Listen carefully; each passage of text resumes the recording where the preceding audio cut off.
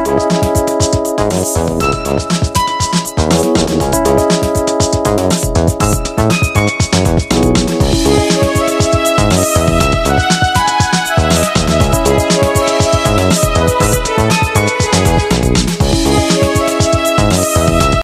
আলাইকুম রহমতুল্লাহ।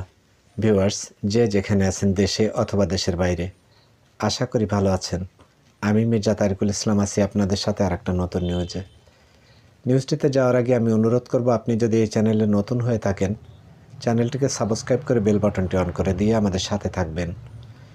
আমরা সবসময় নির্বাচন ও নির্বাচন সংক্রান্ত নিউজগুলো সবার আগে আপনাদের সামনে নিয়ে আসার প্রচেষ্টা থাকবে আমাদের অবিরত। আপনারা এই নিউজগুলো পেতে চ্যানেলটির সাথেই থাকবেন। ভিউয়ার্স, চলুন এই নিউজটিতে কী লিখেছে সেটা আমরা আগে যাই। নির্বাচনের বাজনা যেহেতু শুরু হয়েছে, ইউনিয়ন পরিষদের নির্বাচন সবার আগে হবে, সে ব্যাপারে আজকে আরেকটা নতুন নিউজ আমরা পেয়েছি। এই নিউজটিতে আমরা আপনাদের এখন নিয়ে যাব। নির্বাচন সংস্কার কমিশনের প্রধান ডক্টর বদিউল আলম মজুমদার একটি সেমিনারে ইউনিয়ন পরিষদ সংক্রান্ত বিষয়ে তাকে কিছু প্রশ্ন করা হয়েছিল। সে বিষয়ে তিনি যে কথা বলেছেন সেই কথাগুলো আপনাদের আমি শোনাবো এখন। তার আগে আমার অনুরোধ, আমাদের সাথেই থাকবেন সম্পূর্ণ নিউজে। আমরা প্রতিনিয়তই আপনাদের এই ইউনিয়ন পরিষদ সংক্রান্ত নিউজগুলো আমাদের চ্যানেল থেকে প্রকাশ করে থাকি। সরকারের যে কোনো স্তর থেকেই যে নতুন নতুন যে নিউজগুলো প্রকাশ করা হয়, সেই নিউজগুলো আমরা সবসময় আপনাদের সামনে তুলে ধরি এবং তুলে আনার চেষ্টা করি। আজকের এই নিউজটি তেমনই আরেকটি নিউজ।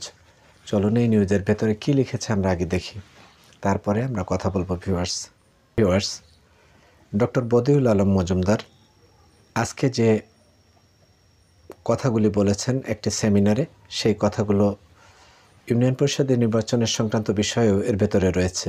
চলুন এই নিউজটির ভেতরে কী রয়েছে আমরা আগে সেটা শুনি। আগামী নির্বাচনে ইলেকট্রনিক্স ভোটিং মেশিন অর্থাৎ ইভিএম এর ব্যবহার থাকবে না বলে জানিয়েছেন নির্বাচন সংস্কার কমিশনের প্রধান ডক্টর বদিউল আলম মজুমদার। এই প্রসঙ্গে অতীতে যারা নির্বাচনী অপরাধ করেছে তাদের শাস্তির মুখোমুখি করা হবে বলেও তিনি মন্তব্য করেন। সোমবার ঢাকা রিপোর্টার্স ইউনিটের নজরুল হামিদ খান মিলনায়তনে ভোটার সচেতনতা ও নাগরিক সক্রিয়তা কার্যক্রম শীর্ষক গোলটেবিল বৈঠকে তিনি এসব কথা বলেন। কমিশন প্রধান বলেন, আমাদের লক্ষ্য হচ্ছে নিজেদের প্রতি নিজেদের আস্থা ফিরিয়ে আনা। তিনি আরও বলেন, 53-54 বছরেও আমরা আমাদের গণতান্ত্রিক ব্যবস্থাকে সমুন্নত করতে পারিনি।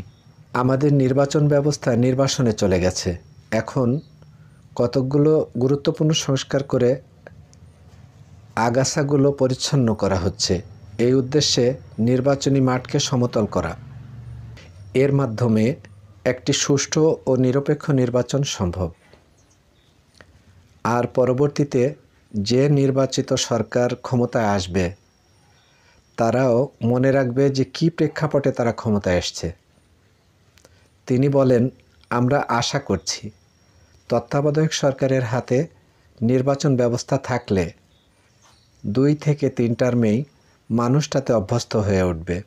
তখন সুষ্ঠু নির্বাচন ব্যবস্থা একটি নিয়মিত অভ্যাসে পরিণত হবে। সেই আকাঙ্ক্ষা থেকেই এই সংস্কারের প্রস্তাব করা। আমরা আশাবাদী। আগে সংস্কার নাকি আগে নির্বাচন? এমন প্রশ্নের জবাবে তিনি বলেন, এর আগেও আমরা বলেছি নির্বাচন হলে তো আগেই হতে পারত, সংস্কার করাই হচ্ছে নির্বাচনের জন্য।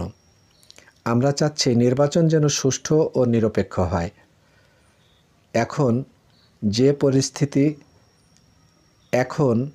যে অপরিচ্ছন্ন মাঠ, এখানে সুষ্ঠু নির্বাচন করা সম্ভব নয়।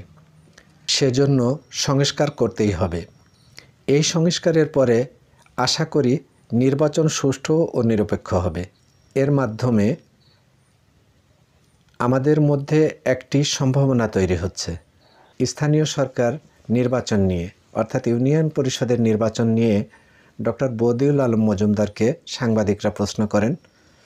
এই প্রশ্নে ডক্টর বদিউল আলম মজুমদার বলেন, স্থানীয় সরকার নির্বাচন অনুষ্ঠিত হলে ইউনিয়ন পর্যায়ে ভাগে ভাগে নির্বাচন দেওয়া হবে কিনা, অর্থাৎ ইউনিয়ন পরিষদ নির্বাচনটা জাতীয় নির্বাচনের আগে হবে এবং সেই নির্বাচনটা বিভাগওয়ারি ভাগে ভাগে করা হবে কিনা, এরকম কিছু প্রশ্ন ডক্টর বদিউল আলম মজুমদারকে করা হয়।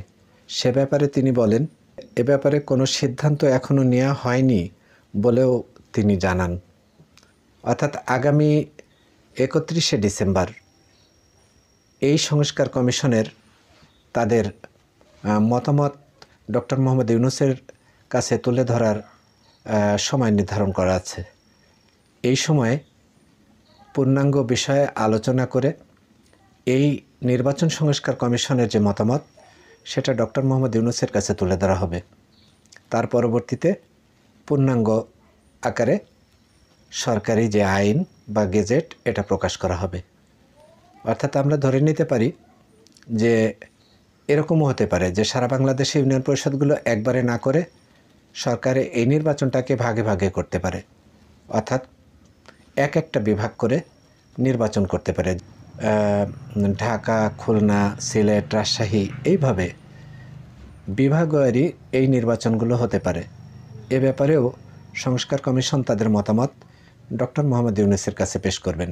এই আলোচনা সভায় বদিউল আলম মজুমদার তিনি কোনো মন্তব্য করতে চাননি, যেহেতু এ ব্যাপারে মিটিংয়ের সিদ্ধান্তের একটা ব্যাপার থাকে, সেই কারণেই এককভাবে তিনি এই কথাগুলো সাংবাদিকদের সামনে বলতে চাননি।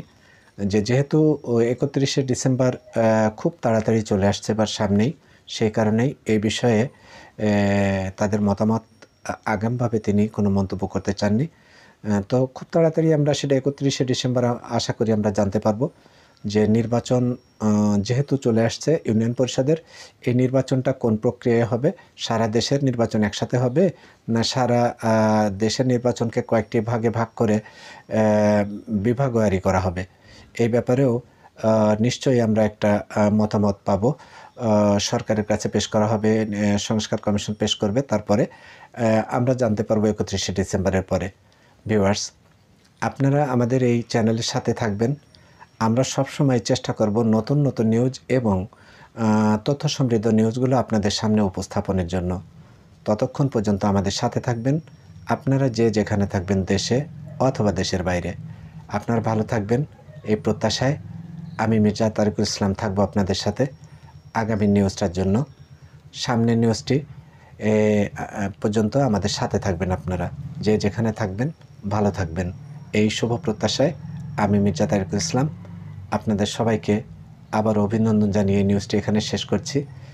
নির্বাচন সংক্রান্ত অথবা নির্বাচনের যে কোনো নিউজ সবার আগে আমরা আপনাদের কাছে তুলে আনবো, এটুকু আমাদের প্রত্যাশা। ভালো থাকবেন সবাই, যে যেখানে থাকবেন।